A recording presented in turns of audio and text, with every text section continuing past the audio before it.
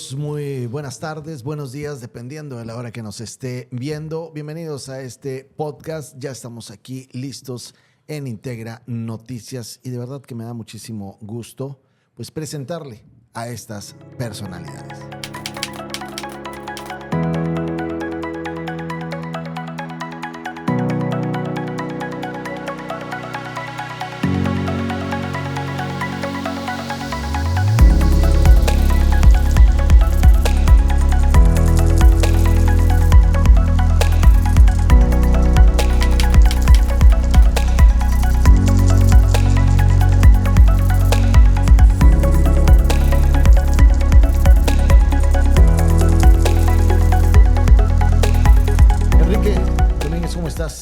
Eduardo, muchas gracias por el espacio.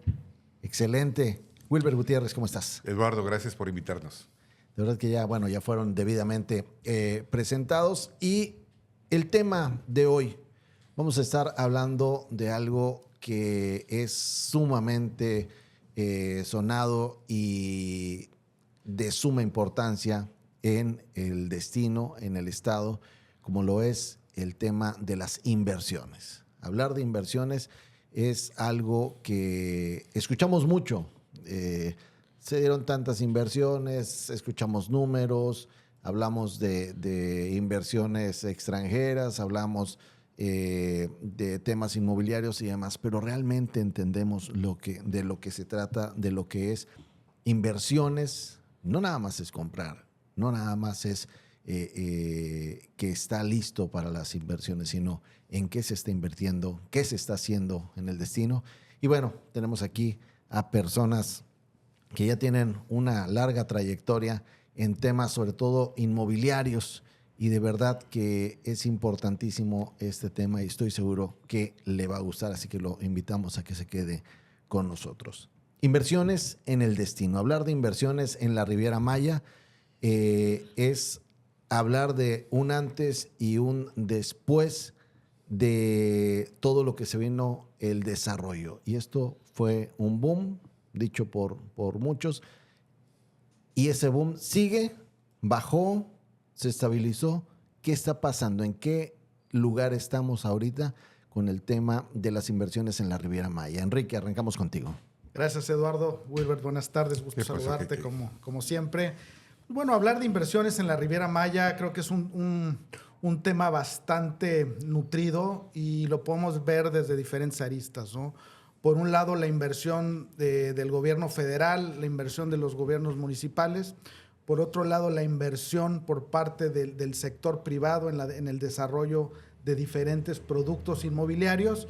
Y en tercera escala, la inversión que hacemos como personas físicas en la compra tanto de una vivienda o como de un espacio comercial o de un terreno para tener un patrimonio, ¿no? Que hoy es una constante en el estado. Desde mi punto de vista, Quintana Roo y en específico Solidaridad aún está en una etapa muy temprana. Creo que aún tenemos una gran ventana para las próximas inversiones, para consolidar estos nodos o estos distritos que están en un proceso de desarrollo y eso permite a la gente aterrizar esas inversiones y generar plusvalía. Las inversiones, hablar de ellas pues es importante, pero también hace falta mucho contactos con las personas que radican aquí, porque si bien es cierto, las inversiones más importantes pues vienen de extranjeros en gran parte, ¿o no? No necesariamente. Antes de meternos a esa parte, yo lo que agregaría a lo que estaba comentando hace un momento Enrique, es que finalmente debemos de recordar que todo se mueve en cuestiones económicas, todo fluye a través de ciclos económicos. Okay. Y en este caso, yo te podría decir que en los últimos 20 años hemos tenido por lo menos 3 ciclos, tres crestas, valles y nos hemos vuelto a levantar, ¿no? Yo te puedo decir que del 97 al 2007 fue una época, esos 10 años, fue una época de auge enorme en el tema de las inversiones inmobiliarias, específicamente en Playa del Carmen. En 2007 se frenan y caen abruptamente en ¿Por qué? ¿Por qué? Pues en aquel entonces fue por el tema de las hipotecas subprime en Estados Unidos, que eso fue un problema que estalló en agosto del 2007 y se vino, y digamos, y los efectos los resentimos en México a partir del 2008. No sé si ustedes recuerdan. Perdón, te interrumpo. ¿Qué son las hipotecas A supremas? eso O sea, voy. de ahí todavía que... Ahí, ¿qué son? Fue un modelo de operación financiero-crediticia donde los bancos norteamericanos les podían dar segundas y terceras hipotecas sobre un mismo inmueble a los americanos. Entonces, ¿qué hacían ellos? Pues su crédito, nosotros estamos acostumbrados a que sacamos un crédito hipotecario sobre nuestra casa. Ajá. Aquellos podían sacar 2 y hasta 3 créditos sobre la misma propiedad. Entonces, ¿qué ocurrió? Cuando los propietarios, los acreedores se dieron, los acreditados, no los acreedores, los acreditados se dan cuenta que habían recibido por el inmueble 2 o 3 veces su valor, pues se les hizo más fácil decir, pues ya no pago, quédate con la vivienda. Claro. Cuando esto se hace de forma masiva, genera un problema de cobranza o de liquidez en la banca. Entonces los bancos tuvieron serios problemas porque estaban recibiendo garantías que representaban probablemente 1/3 de lo que les habían otorgado a esas personas.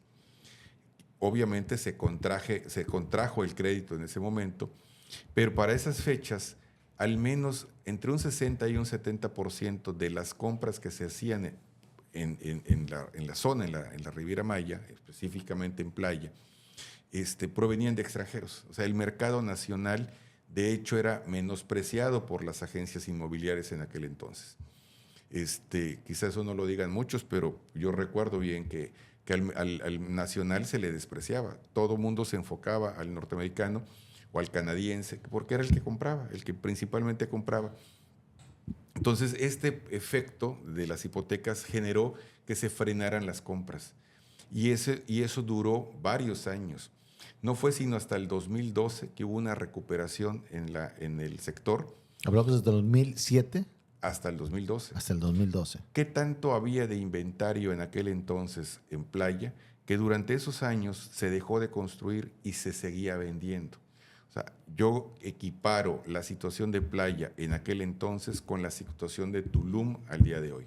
Había un exceso de oferta, ¿de acuerdo? Que en el momento en que hubo una contracción tan severa en la demanda derivado de lo que ya mencioné, entonces se desplomaron las ventas. Sin embargo, el inventario era lo suficientemente grande para que se continuara vendiendo. Sin embargo, ya no había más construcción. Ok. Ese efecto ocurrió en Playa, ocurrió en Cancún, y no menciono a Tulum porque en ese entonces Tulum Pertenecía todavía a Playa. todavía Tulum formaba parte de Solidaridad. El asunto es que en Cancún varios de los desarrolladores estaban apalancados, es decir, estaban construyendo con créditos puentes.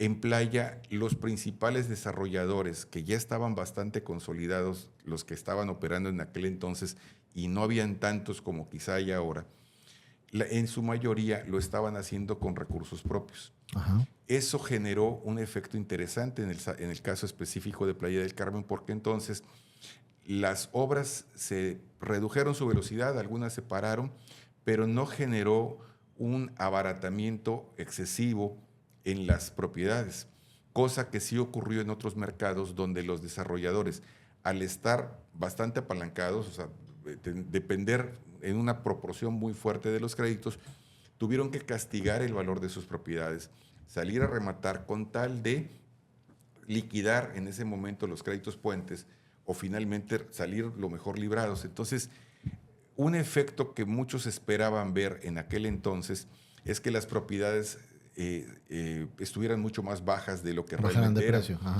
Y no sucedió en la zona. En Estados Unidos, como consecuencia de esto, los precios se desplomaron y mucha gente empezó a comprar propiedades a precios regalados en proporción a lo que valían hacía unos meses atrás por todo lo que ya mencionamos anteriormente. Entonces, todos estos procesos de ajuste duraron entre 4 y 5 años. También hay que decir que el modelo de vivienda que se hacía en aquel entonces aquí en la zona era principalmente de 2 recámaras. no encontrábamos. Digo, de unas sí habían, de tres algunas también, pero predominaba mucho el departamento de 2 recámaras. En 2012, ¿Qué desarrollos estaban en ese entonces? pues te puedo decir más que desarrollos, los nombres de los, te puedo decir, estaba Gaviotas. las gaviotas, no, bueno, Mundo Hábitat. Pelícanos, hablando de la parte turística, estaba Pelícanos, el de la 34 que era Savia, ¿no? Sí. Yo creo que ahí se divide en dos áreas, ¿no? ¿Cómo evoluciona Playa del Carmen como este destino? Porque esa es la inversión turística. Es a donde voy, ¿no? Por un lado, Playa del Carmen surge con el objetivo de ser este hub de la Riviera Maya, ¿no? Ajá. Y se genera esta vivienda de estos espacios para generar vivienda de apoyo para toda la gente que estaba empezando a trabajar en la industria hotelera, y a la par empiezan estos nodos o estos distritos turísticos donde empezábamos a hacer estos ejercicios de vivienda, como bien comenta Wilber, de 2 ambientes, ¿no? Hoy pues, podemos hablar de espacios de 35 metros, de cómo ha venido evolucionando el producto residencial turístico, que se empieza a enfocar más en un producto de inversión.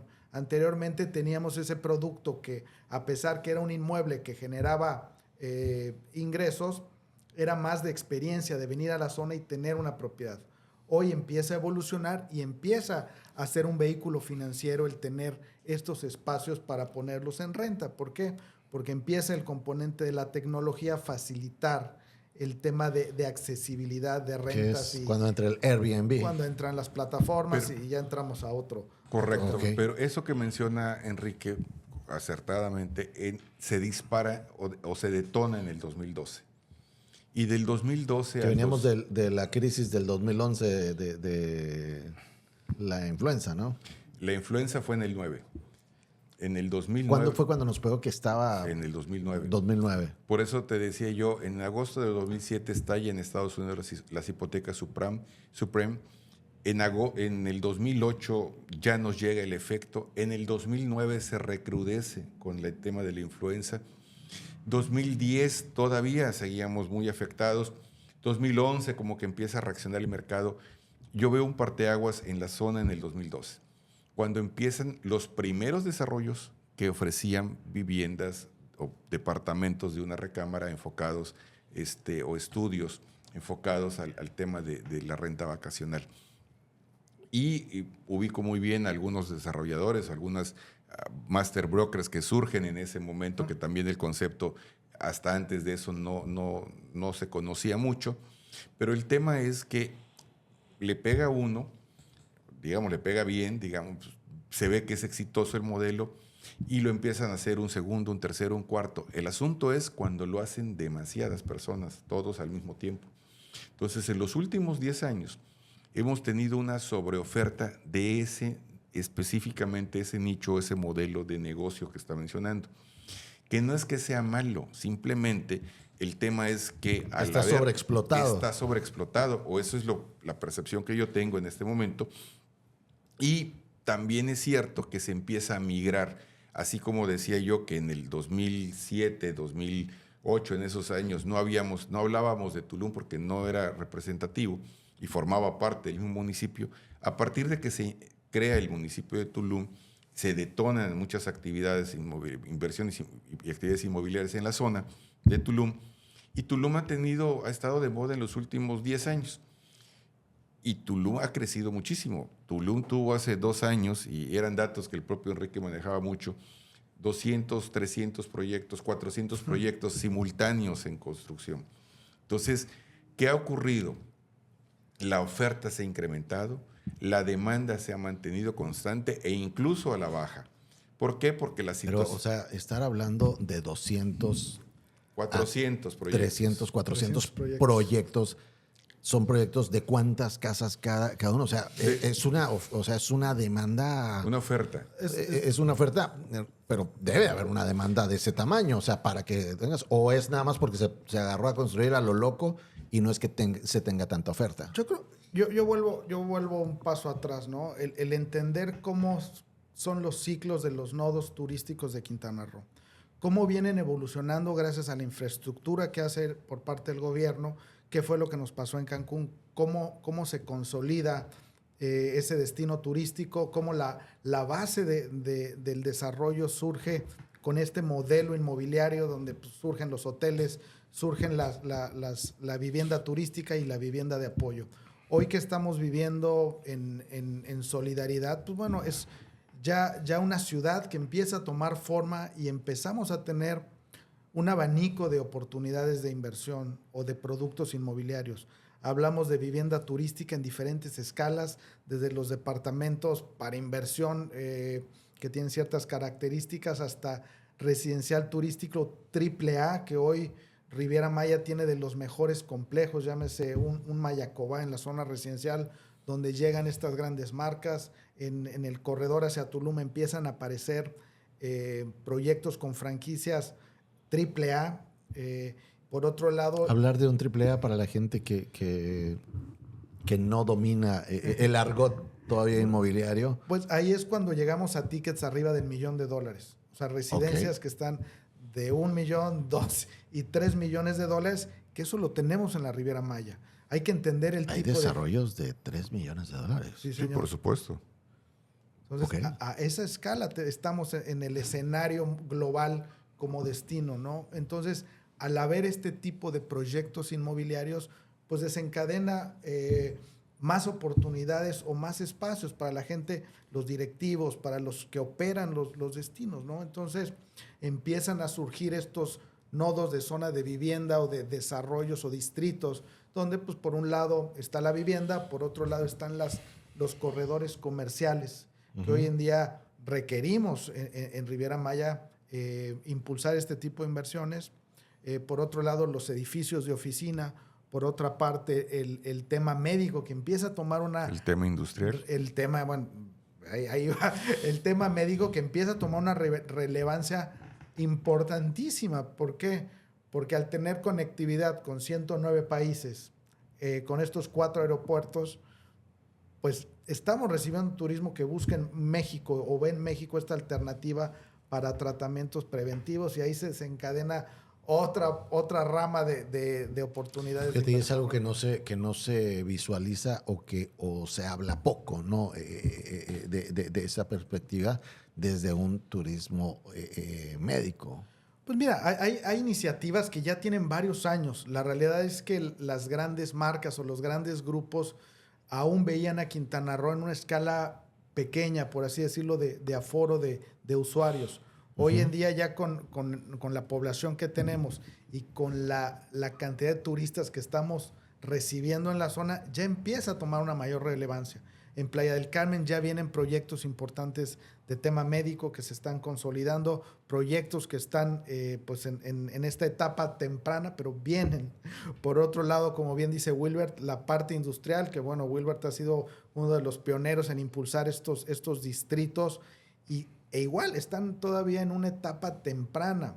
Una vez que se consolida el tren de carga con el Tren Maya, sin lugar a duda, tendremos todavía cabida para poder generar más estos espacios de almacenaje, porque la misma industria hotelera y la misma industria de construcción como de condominios lo requieren. Entonces, si tú hoy me preguntas oportunidades de inversión, podemos irnos a un espectro muy grande. Creo que hoy lo importante es, yo como usuario, como residente de Riviera Maya, ¿qué tengo? ¿Qué hay? ¿Qué está pasando en la zona? Como tú comentabas, si teníamos viviendas de 3 millones de dólares en la Riviera Maya, sí tenemos, supuesto. Y hay un mercado que lo consume, ¿no? Ahora, en este sentido, ¿cómo nos encontramos hoy en día? Porque he tenido pláticas últimamente con muchos brokers, desarrolladores y demás, y hablan de como de una pausa, como una pausa, como que todo el mundo está reteniendo ya contratos que ya se iban a cerrar, compras que ya se iban a hacer, y dijeron, espérame tantito, aguanta, ¿a qué se debe? ¿Es cierto esto? Y si es cierto, ¿a qué se debe? Porque coinciden varias personas que están, así se oye, como que en el tema inmobiliario se detuvo un poco. Pues mira, Eduardo. ¿O es dependiendo de cada...? Yo creo que es muy relativo. Si hubo tal vez una pausa por parte de grandes grupos o de los de cierto sector de compradores que pusieron en pausa. ¿Y por qué ponen en pausa? Por tema político, por esa incertidumbre. Pero recordemos que Quintana Roo en los últimos años ha tenido una constante. Recordemos que hoy la inversión del gobierno federal en la zona, con todas las obras que ha hecho, ha permitido que no solo sea ese nicho de inversionistas, sino ser receptivos de un espectro más grande. ¿Qué significa? Que estamos empezando a recibir compradores de otros destinos que anteriormente no teníamos, ¿no? Veíamos antes que mucha gente de Latinoamérica subía a Estados Unidos. Hoy gran parte de esos se están quedando en México. Cancún y Riviera Maya es receptivo en parte de este tipo de compradores. Se empiezan a crear estas grandes comunidades o estas comunidades de usuarios. Entonces yo creo que es relativo el tema de esta pausa de toma de decisiones. Yo veo una constante. ¿Por qué? Porque siempre hay movimiento de arrendamiento, ¿no? Gente que ya no puede pagar una renta, se va a una renta más baja. Llega gente nueva que puede pagar esa renta. O alguien que requiere recursos y vende barato, o proyectos que cambian sus fórmulas de venta y le permite vender, les permite llegar a mercados que anteriormente no podían llegar por las fórmulas de pago, ¿no? Entonces, yo creo que sí hubo esa pausa, sin embargo, veo un gran dinamismo, veo proyectos nuevos que están en este proceso de análisis para salir a mercado en los próximos meses, y proyectos que estarán también, que están evaluando tierras para desarrollarse en un par de años. Ok, Wilbert, en el tema, hablabas de algo que estás tú trabajando, el tema industrial. Pues mira, es cierto, es incipiente en función de que no habían proyectos de esta naturaleza. Hoy ya tenemos proyectos de este tipo, que también ha incentivado que otras personas volteen a ver hacia acá. Tenemos conocimiento que ya hay en puerta probablemente próximamente otro parque industrial o un parque industrial que va a venir a sumarse a lo que hoy está haciendo la central de abastos. Hay gente o inversionistas que antes no pensaban en construir bodegas y hoy estamos viendo construcción de bodegas en diferentes lados para satisfacer una demanda importante, no satisfecha, por cierto. Y todos esos cambios, pues, derivados en principio, pues, de lo que mucho tu servidor ha estado impulsando de años atrás. O sea, esto no es de ahora, ¿no? Es incipiente en el sentido de que todavía son proyectos nuevos, son proyectos que no es un número tan alto de proyectos en relación a lo que podríamos encontrar. Y sobre todo que yo siempre he sostenido que Playa, a la que conocemos como el corazón de la Riviera Maya, en un sentido romántico, en un sentido literal lo es. Es decir, nosotros estamos justo en medio entre Cancún y Tulum. O sea, en la distancia que hay entre estos dos puntos son 120 kilómetros. Nosotros estamos en el kilómetro 66. Estamos enfrente a Cozumel, estamos más cerca de Mérida. Entonces, Playa como centro de distribución, centro logístico, tiene una ubicación privilegiada. Pues eso está desde los antiguos mayas, o sea, Chamanjá, pues aquí era la zona comercial, por algo lo era, o sea, precisamente por esa ubicación. Todo esto que están comentando y que se está hablando, tal pareciera, pues que sí, o sea, se vislumbra, es positivo el panorama, hay oferta, hay demanda, pero ¿cómo está nuestra infraestructura? ¿Cómo estamos en temas de que esté la ciudad lista para ello, el Estado listo para ese crecimiento? ¿O qué falta o qué se tiene que hacer? Mira, hay un déficit de infraestructura derivado principalmente, hay que ser claros, de que los crecimientos poblacionales que hemos tenido de forma histórica siempre han sido superiores a la inversión pública en todos los órdenes ¿Por qué? Porque pues crecemos más rápido de lo que el gobierno mismo puede mandar dinero. También hay que ser... O de lo que se planea. O lo que se planea. Digo, yo recuerdo bien que el arco vial, lo que nosotros conocemos como arco vial, que es la avenida 115, fue planeado como el periférico de Playa del Carmen. Para cuando lo hicieron, ya estaba rebasado. ¿Sí me explico? Sí. Entonces, ya ahorita está rebasado. Por eso, ese iba a ser el periférico de Playa. No, hombre, no, hoy quedó, yo siempre, manera de broma, digo, quedó como el circuito interior, ¿no? O el circuito Colonias en Mérida, para quienes conozcan la zona. El caso es que fue rebasado. Ahora, los presupuestos o la asignación de los presupuestos están en función de la población. Playa tiene hoy una población de 350,000 habitantes aproximadamente, pero nadie habla de la población flotante. Y nosotros tenemos una población flotante que fluctúa entre los 250,000 habitantes semanalmente. Es decir, Playa es medio millón. Playa es una ciudad con demanda de servicios y con el movimiento de una ciudad media. Una ciudad media se consideran ciudades a partir de medio millón de habitantes. Para efectos presupuestales, la infraestructura y lo que tú quieras nos tienen catalogados como una ciudad de 300,000 habitantes. No nos cuentan los flotantes. Entonces, y lo mismo le pasa a Cancún y lo mismo le pasa a Tulum. Entonces, no estoy diciendo que no haya inversión en infraestructura. La inversión que se ha hecho en años recientes con el tren, con el distribuidor vial que se hizo en el aeropuerto, el puente Nichupté que está en construcción, el aeropuerto de Tulum, todas esas grandes obras han venido a beneficiar, han venido a consolidar muchas cosas. Sin embargo, hay infraestructura básica que no tenemos. No tenemos drenaje suficiente en Tulum. No tenemos carretera. No hay agua potable suficiente. O sea, sí tenemos carretera, pero no está en buenas condiciones. A ver, la carretera que tenemos es insuficiente. Totalmente. Estamos hablando que está rebasado. El aforo vehicular que tenemos al mes en Playa del Carmen es de 1,200,000 habitantes, con datos oficiales de la Secretaría de Protección Pública. Es decir, todos los días por el puente son 40,000 vehículos que están circulando todos los días. De ida y de regreso, ¿no? Sí. Porque al hablar de esa infraestructura, me pasabas unos datos muy interesantes, que me parecieron sumamente interesantes.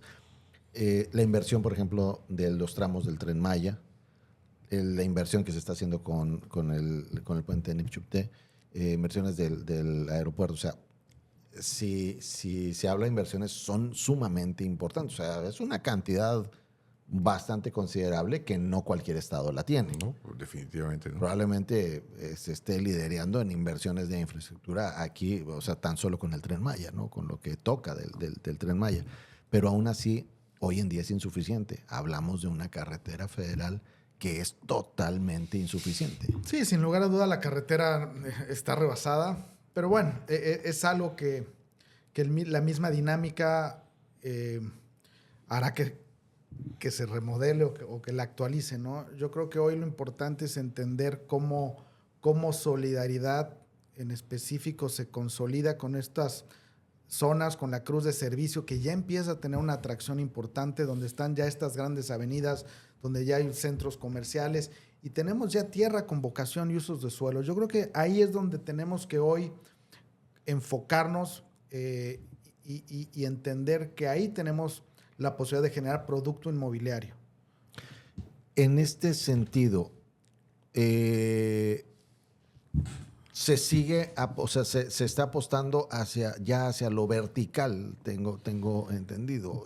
Hay dos temas importantes. Por un lado, la renovación del casco turístico, donde empezamos a ver ya estos edificios de más niveles cerca de la Quinta Avenida, en el casco viejo de la ciudad, donde vamos a ver esta renovación. En la misma Colosio, que viene hoy con un tema de regularización, empezamos a ver este crecimiento vertical. Por otro lado, tenemos lo que viene cruzando la carretera y en específico lo que es la cruz de servicio, donde ya empezamos a ver estos proyectos de 12 niveles. Sin lugar a duda, el poder desarrollar proyectos inmobiliarios verticales nos va a permitir disminuir ese impacto territorial, porque nos estábamos yendo hacia afuera de las ciudades, donde el tema del costo de movilidad para los usuarios es muy importante y es un problema que también hay que atender. Muy carente. Muy carente, que ya pues se estará atendiendo, pero sin embargo tenemos ya núcleos donde podemos aprovechar esta infraestructura que ya existe para este crecimiento vertical, ¿no? Para traer el tema médico, el tema de espacios comerciales que se requieren, vivienda en los diferentes formatos, zonas de apoyo para la misma gente que trabaja en la industria hotelera o en la industria de la construcción. ¿Qué tendrá que hacer las siguientes administraciones? O sea, en lo estatal quedamos igualito, pero en lo municipal habrá que hacer, se tendrá que hacer cambios, y en lo federal igual. Mucha planeación. Justamente una iniciativa que nosotros hemos venido impulsando desde la Comisión de Desarrollo Urbano en Coparmex es algo que le hemos llamado Plan Estratégico o Fundación Plan Estratégico Riviera Maya, que comprende o contempla una planeación, primero, a más largo plazo y segundo, mucho más integral. Ahorita está en revisión el PDU a nivel municipal, aquí en Solidaridad. Sin embargo, cosa que por cierto está pendiente desde el último PDU que tenemos es de 2010. Hace 14 años que no se revisa, y si estamos hablando de que nosotros tenemos crecimientos históricos muy importantes, pues ¿qué no ha pasado en esa zona en 14 años? Entonces, están ahorita en revisión. ¿Es importante revisar el PDU? Por supuesto. ¿Es suficiente? No, no es suficiente. ¿Por qué? Porque el PDU tiene que ver básicamente con densidades, con algunos usos de suelo, con alturas, que es normalmente en lo que se enfocan ingenieros y arquitectos. ¿Por qué razón lo digo? Porque pues es lo que determina las construcciones y demás. Pero estamos perdiendo de vista el modelo de ciudad o el diseño de la ciudad que queremos tener para los siguientes, no 20, no 30, 50 años. Hoy he comprendido a estas alturas de mi vida que no podemos estar planeando a plazos menores. Yo lo había escuchado en la academia, en la escuela alguna vez, ¿no? Que los grandes países, los países más industrializados hacían planeaciones a muy largo plazo. Hay épocas de la vida en la que uno siente que 20 años es mucho. Hoy te puedo ya decir... nos pusimos románticos. Hoy te puedo decir que 20 años pasan volando. Sí. ¿De acuerdo? Entonces, a ver, 20 años son los... Dile a mi cabello. Es el tiempo que llevo viviendo en Quintana Roo. Entonces, y si me lo preguntas, se me ha ido como un pestañeo. O sea, se me ha ido muy rápido el tiempo. Claro. Entonces, a nivel de planeación de desarrollo urbano, 20 años no son nada. Se van volando. Entonces, no podemos estar pensando, pretendiendo que nuestros planes sean de tan corto plazo, ¿de acuerdo? Sí, entonces, sí, aquí, cierto, pero el tema es que se hace una planeación, pero no se contempla lo mismo que ya hablamos ahorita, o sea, el boom demográfico que está haciendo. Pero eso lo podría yo justificar hace 20 años atrás o 30 años atrás, porque no sabíamos el éxito que íbamos a tener. En este momento ya no es justificable. Entonces, en este momento, no solamente tenemos que pensar en la ciudad que queremos ahorita, sino en la ciudad que queremos hacia adelante. Y eso tiene que ver también con actividades económicas, con definir regiones específicas para ciertas cosas. Y lo más importante, que la planeación se respete. Porque de nada sirve hacer planes y proyectos si de todas maneras estos se van a ir cambiando y adecuando a modo cada vez que pues alguna autoridad se le ocurra. No, o sea, sí, dependiendo de los gobiernos van cambiando y se van modificando, y lo que estaba planeado, no, ¿sabes qué? Esto mejor cámbialo, y ahora esto así, mejor esto de esta otra manera. Hay mucho retroceso en ese, todavía se tiene mucho retroceso cada cambio de administración. Entonces, cada cambio de administración. Aquí son dos temas, o varios, pero por lo menos yo te podría decir dos. Uno, la planeación a largo plazo, a más largo plazo, digamos. Y que se respete. El que se respete, pero también el que nos identifiquemos o nos veamos a nosotros mismos como una región. Es decir, tú no puedes estar planeando en Solidaridad y pensar que no va a impactar a Tulum o que no va a impactar a Puerto Morelos. Al final nos hemos convertido, si tú quieres, involuntariamente, en un corredor. Es un corredor natural. La interacción que hay, de hecho, la interacción entre playa y Tulum, yo la siento mucho más dinámica y cercana que la que tenemos con el propio Puerto Morelos. Puerto Morelos quizá jala un poco más hacia Cancún. Pero aún así formamos una región. Ujú. Entonces, lo que quiero decir con esto es que lo que se haga o lo que se pretende hacer, tenemos que verlo como región y no nada más como algo que solo nos va a afectar a nosotros. Y tenemos que pensar, él hablaba hace rato del turismo médico. A mí me gusta mucho el tema industrial, pero eso también tiene que ver con qué tenemos que generar o qué tipo de infraestructura o qué servicios tenemos que proveer como ciudad para que ese tipo de cuestiones o ese tipo de turismo o ese tipo de inversiones puedan proliferar. Y te das cuenta que estamos en esta mesa, estamos hablando de cosas que tienen que ver con inversión y con desarrollo y que no necesariamente tienen que ser solamente turísticas o solamente de un tipo y modelo de vivienda. O sea, aquí el tema es que si nosotros comprendemos que el abanico de opciones en el desarrollo inmobiliario es mucho más amplio que lo que hasta hoy nos hemos enfocado, eso podría de alguna manera ayudar a equilibrar el mercado y a no tener una sobreoferta, como insisto, tenemos en este momento en algunos mercados, porque esa es otra. Tenemos un estado, vivimos en un estado privilegiado, sí, bendecido también, pero que además ofrece multidestinos.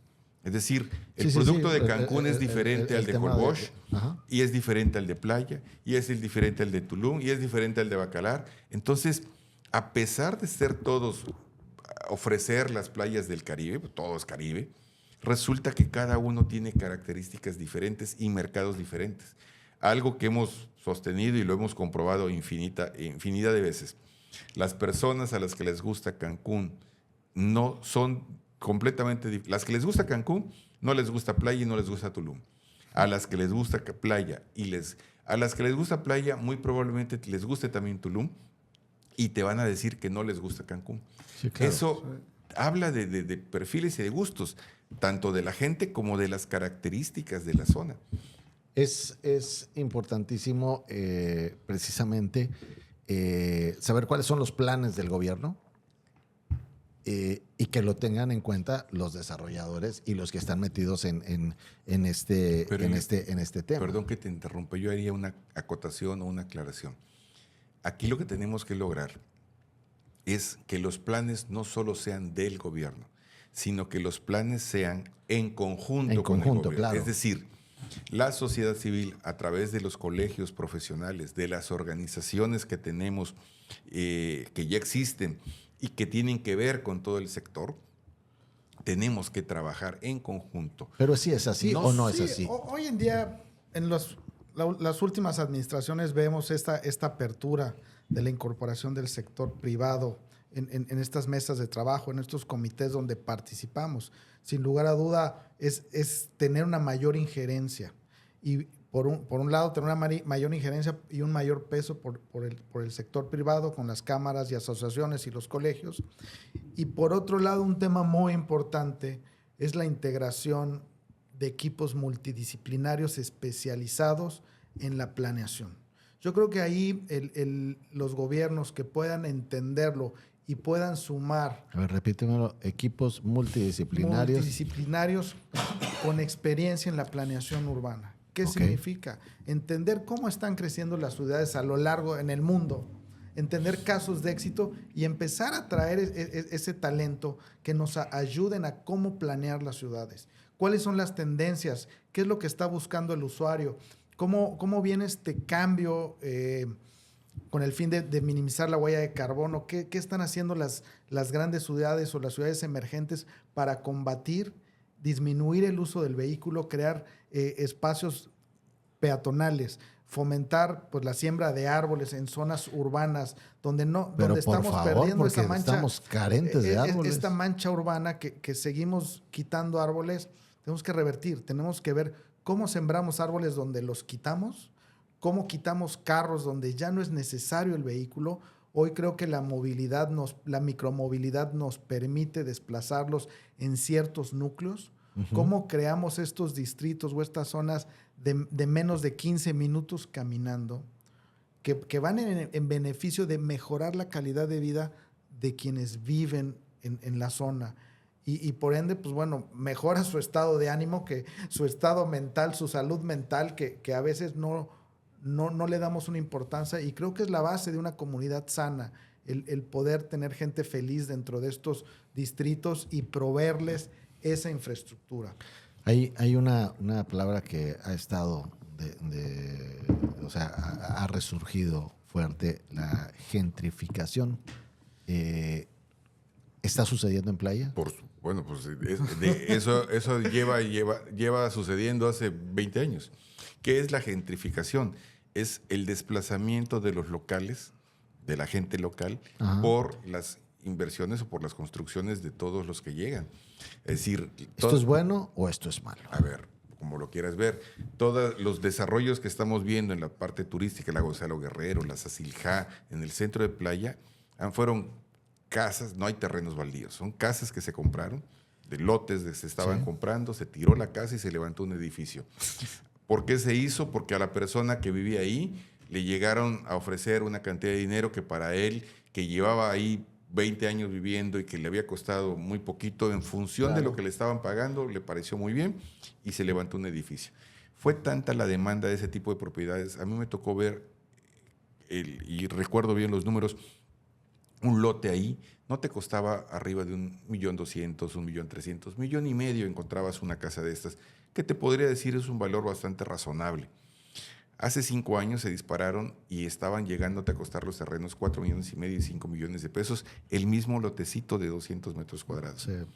Hoy disparó. hay lotes sobre la 10 que te los pueden vender en 9 y 12 millones de pesos, ese tamaño de lote de 200 metros. Y eso está pasando en la Colosio. Entonces, Y va a pasar, de hecho, bendita ahora que... plusvalía. Sí. Bendita plusvalía. Bueno, ahí sí es un problema el tema de la gentrificación, pero al final es un fenómeno que vemos en las grandes ciudades alrededor del mundo, ¿no? Hoy, afortunadamente, Solidaridad o los nodos turísticos tenemos a un reserva territorial donde la gente, o sea, se puede seguir desplazando hacia las afueras, por así decirlo, de la ciudad. Entonces, ¿cómo queremos estas zonas? ¿Cómo vemos para que podamos tener casos de éxito donde podamos generar estos distritos con todos los servicios integrales? Claro. Y no hacer zonas que no cuenten con servicios, desarrollos que están lejos de los cascos urbanos, y con lo que hablábamos en un momento, el problema de movilidad que es Así es. Bueno. Oye, ya para cerrar, creo que va a haber necesidad de hacer una segunda parte, definitivamente. Encantado. El punto de vista independiente cada uno, ¿vamos bien?